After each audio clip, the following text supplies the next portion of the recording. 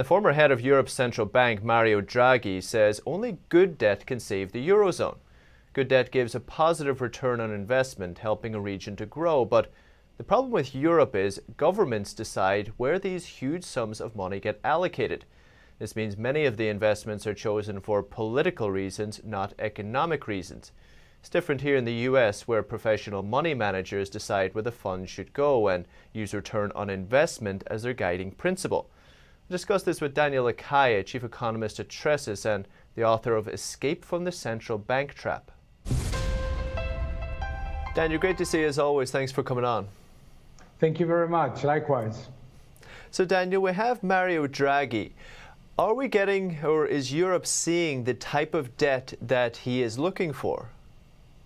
It is very difficult. Let us explain the difference between bad debt and good debt.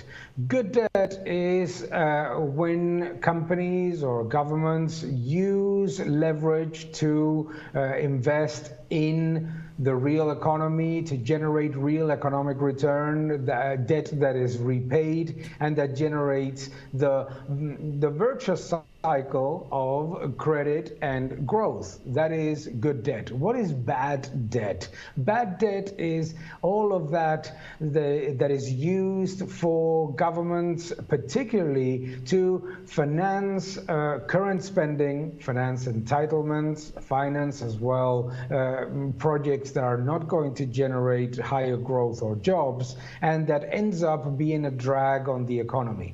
Unfortunately, although Mario Draghi is trying to incentivize governments to invest wisely, the reality is that when you give enormous leverage opportunities to governments and huge credit growth, it tends to be directed towards malinvestment, white elephants, current spending, and those spending programs that go fundamentally to entitlements and non-economic return projects. And then how about here in the United States? Are we seeing the correct type of spending at the moment, would you say? I think that there's a huge difference between the programs that are used in the European Union versus the United States. And the main reason is that it's not directed from government. It is not something that goes top down.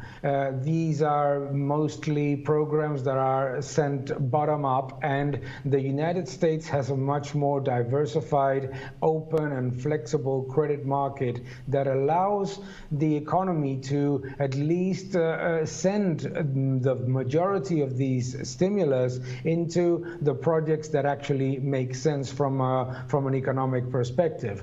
The problem in the Eurozone is that it will be directed and decided fundamentally by governments that are using this increasing debt to increase what is an already bloated level of government spending, that are looking to put the vast majority of the funds into entitlement programs. And what that does, as we've seen in Japan, for example, for so many years, is that it slows down the economy. It makes that debt is a bigger burden on the economy, and it makes the growth be less productive, slower, and job growth worse.